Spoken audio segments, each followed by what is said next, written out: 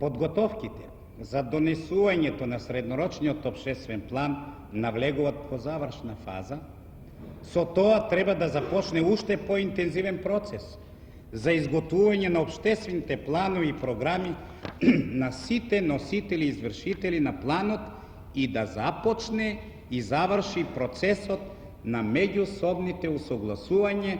на овие планови и изготвувањето и потпишувањето на самоуправните спогодби и општествените договори за развојот во идниот петогодишен период на сите нивои во Република. Од таа активност треба да резултира и предлогот на општествениот план на Социјалистичка Република Македонија за овој период.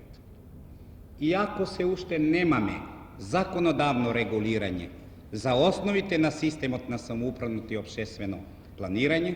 засновано врз новиот устав, од самиот устав јасно произлегува.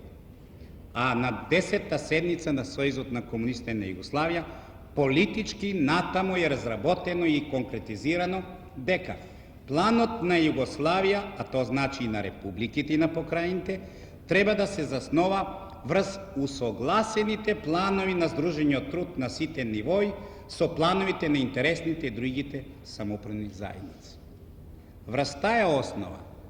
треба да бидат донесени соодветни самоуправни спогодби и општествени договори,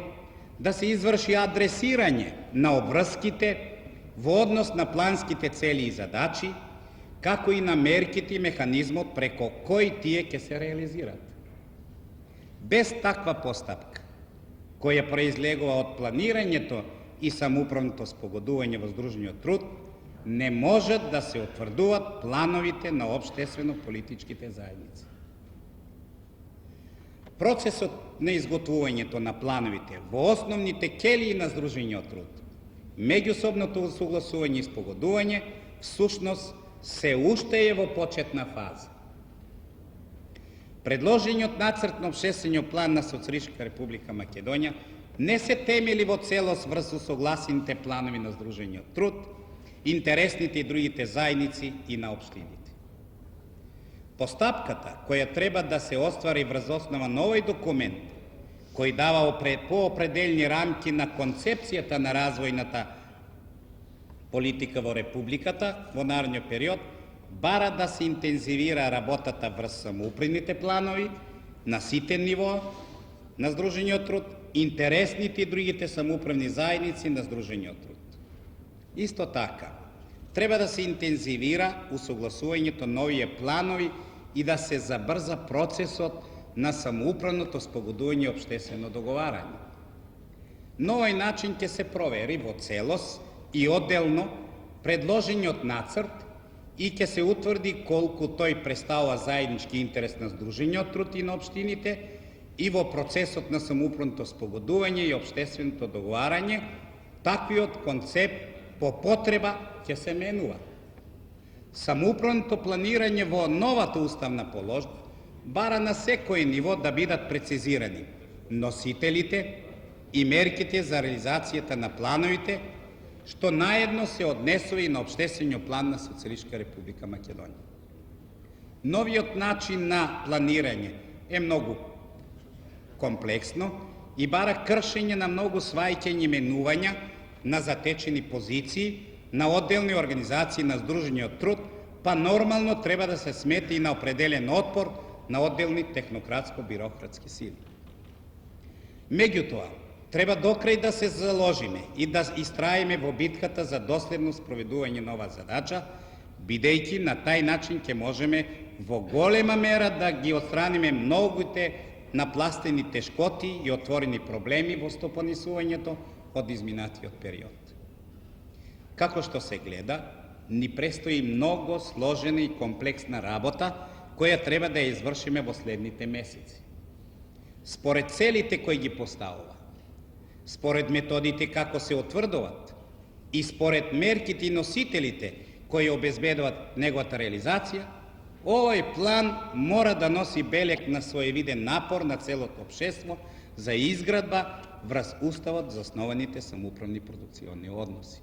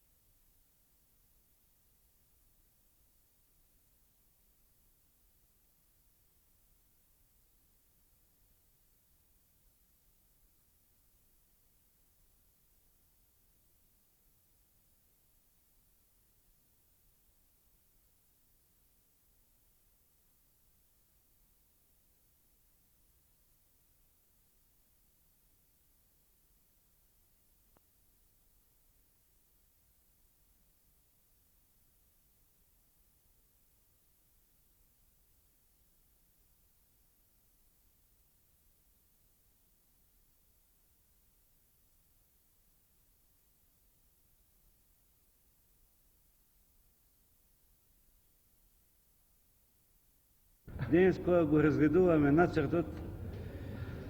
што представува само основа за планирање, спогодување и договарање, треба да поаѓаме од уставните принципи дека основните носители во концепирањето и остварувањето на развојните проекции се работните луѓе во основните организации на Сдружениот труд.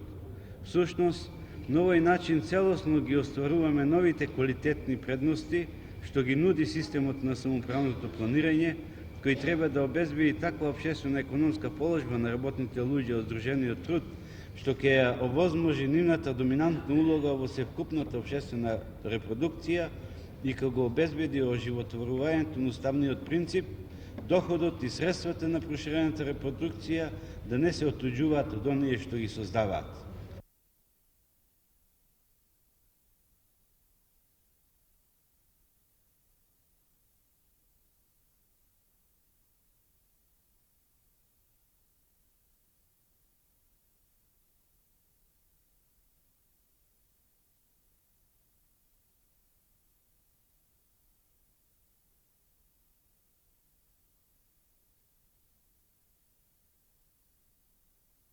Без претензии да се изнесат сите конкретно остварени резултати во подобрување на положбата на младината, што реално тешко може да се направи, определувањето да се истакнат основните во доволна мерка ќе ја потврдат позитивната оценка. Во областа на вработувањето остварен е поголем обем на вработување од планираниот. На таа основа извршено е подобрување на образовната и квалификационата структура на вработените, решени се одредени прашања и подобрена положбата на приправниците. Во областа на распределбата создадени се услови за подоследна примена на принципот